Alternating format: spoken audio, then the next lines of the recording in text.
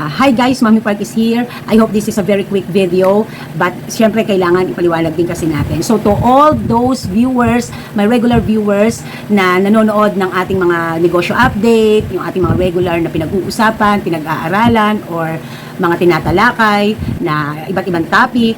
So, if you want to stay throughout the video, mas maganda kasi interesado kayo na kahit paano ay malaman nyo ang mga bagay-bagay tungkol sa taxing na napapanahon, mga bagong amendments, mga bagong programa na inilalabas ng BIR or ng ating pamahalaan. So, if you are a taxpayer and you are also micro businesses, which is hindi nag-exceed ng 3 million ang inyong gross income annually, this is our chance. This is the chance of everybody who are qualified to avail this one-time abatement, no, to clear our obligations, open cases, no, mga penalties sa BIR kasi nag-release ng one-time tax abatement program for micro taxpayers, offers fresh start for micro businesses and stop filers. Ayan. So, kasama ang mga para ma-stop na yung hindi na mag-accumulate, hindi na patuloy pa yung mga open cases nyo, no? Dahil kung hindi nyo pa rin inaasikaso hanggang ngayon. So, the Bureau of Internal Revenue, BIR, has opened a one-time tax abatement program for micro taxpayers, offering micro businesses and stop filers an opportunity to resolve outstanding tax liabilities, clean up their records, and start with a clean state. So, this is our chance na kung may mga open cases tayo, pwede nating malinis ang ating record at magkaroon tayo ng fresh start. Through Revenue Regulations number 4-2026 issued on June 2026, the BIR prescribes the guidelines and procedures for the availment of a one-time abatement of taxes and or penalties for qualified micro taxpayers with delinquent accounts, assessments, and open stop filer cases. Qualified applicants may avail the program until December 31, 2026. So, meron pa tayong 6 months, no? Ang due niyan ay sa December 31. The program covers micro taxpayer whose gross sales for the year do not exceed 3 million pesos and whose covered total basic tax liabilities and or penalties do not exceed 80,000 pesos. So, ang qualified ay ang mga micro taxpayers na hindi nga nag-exceed ang kanilang annual gross income na 3 million. And to those na makikitaan na ang kanilang total liabilities ay magle-less than 80,000. So, qualified. Okay. So, sino ang mga kasama dyan? Yung mga nag-stop na mag-file, pinabayaan ng kanilang mga accounts sa BIR, yung mga even dormant accounts mo doon. Or yung meron kang kasalukuyang open cases na hindi mo pa nasisettle. And then, also yung mga magpapa-assess, then they found out na meron pala silang liabilities, may open cases pala sila. So, syempre, hindi naman porket alam natin na may open cases tayo. Ito, advice ko lang, hindi porket may open cases tayo, pumayag na lang tayong basta sa BIR na open case talaga yon. Kasi, merong mga pagkakataon kasi na meron din namang shortcomings when it comes sa ating BIR or sa ating RDO or whatsoever sa kanilang system, na minsan hindi sila updated. So, kapag nagpa-assess kayo, kailangan tingnan nyong mabuti na baka mamaya nag-comply naman pala talaga kayo doon sa mga naging open cases nyo. Ano ang ilalaban natin dyan? Siyempre, ang ating mga pinrint out, mga hard copy na ating itinatabi every time na nagpa-file tayo. So, kaya mahalaga na dapat marunong kayong mag-compile ng inyong mga pinapasa sa BIR, no, through online e-BIR form, lahat ng mga resibo, attach dyan, mga binayaran nyo. Nang sa ganon, ay may patunay kayo na just in case na assess kayo, no, yung pag nagpa-assess kasi kayo, titingnan kung may open cases kayo. Tapos sa inyo talaga ay parang feeling nyo talaga ay nag-comply kayo, never kayong na-late, nag-comply kayo sa lahat ng mga kailangan i-comply within the year or sa mga previous pa na mga filing dates. So, hindi naman ibig sabihin na, kaya maging observer din kayo na pumunta kayo doon, nagpa-assess kayo, nagpatingin kayo kung clear ang inyong record na wala kayong open cases. Yun ang isip nyo, sa palagay nyo. But, doon pala sa kanila ay, sa record nila ay may open cases ka na, and so na-shock kayo dahil sa tingin nyo ay nag-comply kayo. So you have to prove it na sila ay may mali, may problema. Kaya kailangan lahat ng inyong mga forms ay nakatabi. Kailangan lagi iyang may kaakibat na hard copy para hindi kayo basta-basta pumayag na open case yun. Kasi iba't ibang klase ng open cases yan. Halimbawa, ay hindi ka nag-file pala ng 2551Q, 1701Q for the last quarter ng last year. O, yun ang naka-record sa kanila. Pero sa'yo, nag-comply ka. So, you have to prove it na they are wrong kasi meron kang mga patunay at meron kang mga resibo ng pagbabayad. And, yun yung pinaka-advice ko, ha? Kasi baka mamaya narinig nyo lang na pati sa kung gusto mong magpa-assess para makita mo din na ma-sure mo na clear ka para sa'yo ay clear ka dahil nag-comply ka, kompleto ka, sa kanila palang record ay hindi. Kasi may mga ganyang instances na nangyayari na may open cases ka palang existing na hindi mo alam.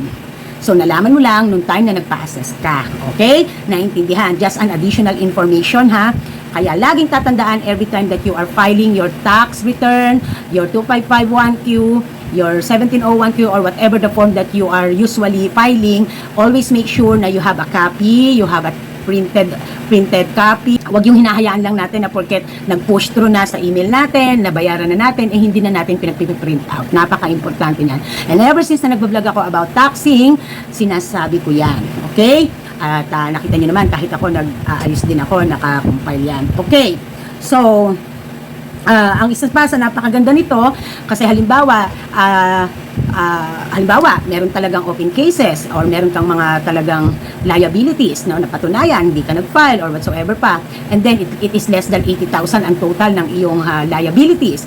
So, maaari nating maareglo na, for example, ay binigyan ka ng, sige, for all those 5,000 flat na lang, parang flat rate ang ibibigay, 5,000 flat rate, example lang to, ha, 5,000 flat rate na lang ang ipapabayad sa iyo. So, ganon, di ba? So, magandang opportunity to kaysa magbayad kayo ng 80,000 or almost 80,000 pesos, no? Halimbawa, napatunayan na ang tax liabilities nyo ay nasa 50,000, 60,000, o kung magkakaroon kayo ng flat rate na halimbawa 5,000, kasi mag-uusap naman kayo niyan, i-interviewin naman kayo sa RDO, eh. So, at least, mas pipiliin mo ang 5,000 flat, no? For you to be able to have a fresh start, na clean na, no? Clean slate ang iyong record. Diba? So, napakagandang opportunity. Isa ito sa napakagandang pangyayari so far under this administration, I must say. Okay? Ayan. So, pumunta na lang kayo doon para magkaroon ng further questions. Okay? So, encouraging qualified taxpayers to take advantage the opportunity. Commissioner Charlito Martin R. Mendoza said, the measure supports President Ferdinand R. Marcos Jr.'s directive to ease compliance and make government services more accessible for the transacting public. Okay? So, ayan. This is an opportunity to start with a clean slate if you are a micro taxpayer with old tax obligations. So, sabihin ito yung mga nakaraan mo pa, no, na hindi mo naman iniintindi. So, heto na nga, yung mga delinquent accounts, yung mga assessments, no, kung halimbawa nagkaroon ka na ng assessments before pero still hindi mo pa rin ma-settle kay BIR. Or stop filer cases, yung halimbawa nga nag-stop ka ng mag-file tapos nagkaroon ka ng open cases, so para magkaroon ka ng clean record na matapos na ang iyong mga agam-agam at sakit ng ulo. I encourage you to avail of this program. It is meant to help you settle past obligations without a heavy financial burden. Update your records and move forward as a compliant taxpayer, Commissioner Mendoza said. O, di ba? And then, Finance Secretary Frederick D. Go welcomed the initiative as part of the administration's continuing ease of doing business reforms. We aim to create a more taxpayer-friendly and business-friendly environment while helping micro-businesses resolve lingering tax issues and maintain good compliance practices. By helping micro-taxpayers resolve old liabilities and update their records, we are removing barriers to compliance and encouraging greater participation in the formal economy, Secretary Go said. The revenue regulations complement the earlier issued Revenue Memorandum Circular Number 47-2026, which prescribes simplified and streamlined guidelines and procedures for closure and cancellation of business registration with the BIR. Under tax clearances may be issued as fast as 3 days for qualified cases. Included dito ang mga businesses na nagkaroon ng mga open cases na hindi na naasikaso until ang iyong business ay hindi na nag-ooperate or cease na. Okay? So kaya para kapag ka nag-open ka ulit ng panibagong business, 'di ba? Under your name or under your TIN, o de at least wala ka ng problema kasi hindi ka magkakaroon ng panibagong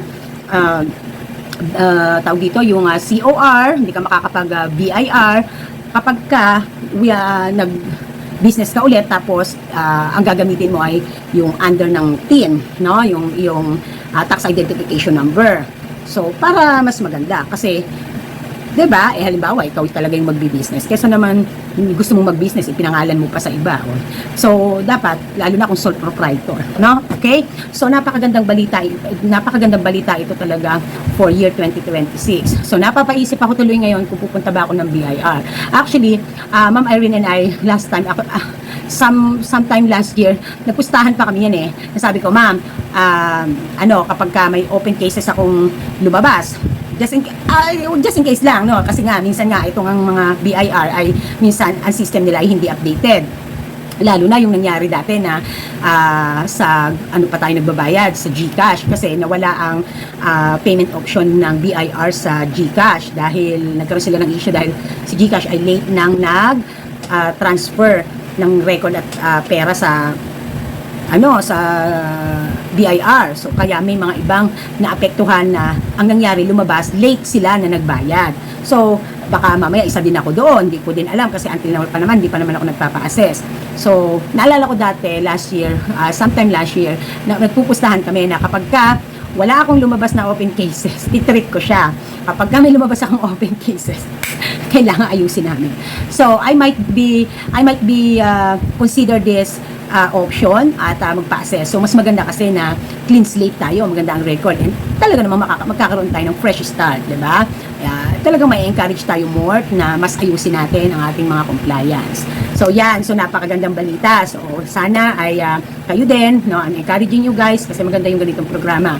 So, go to your respective RDO kung saan kayo belong and magkaroon na kayo ng inquiry. Mag-inquiry kayo or magpa-assess kayo. And if you already know that you dati pa nag-process na kayo or talagang may lumabas na sa inyo na open cases, ayusin nyo na. At kung iyan naman ay below 80K, mas magandang makipag-settle na para hindi na mas malaki ang liabilities mo. Okay?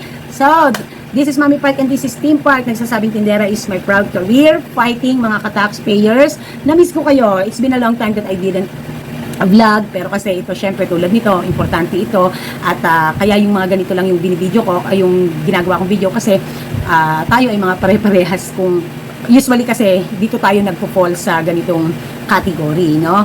Yung non-VAT, 3%, ganyan. Pero wala naman sinabi dito na kung non-VAT ka or 3% ka or vatable ka.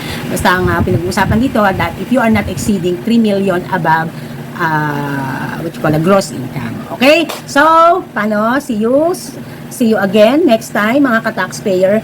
Bye! Mwah!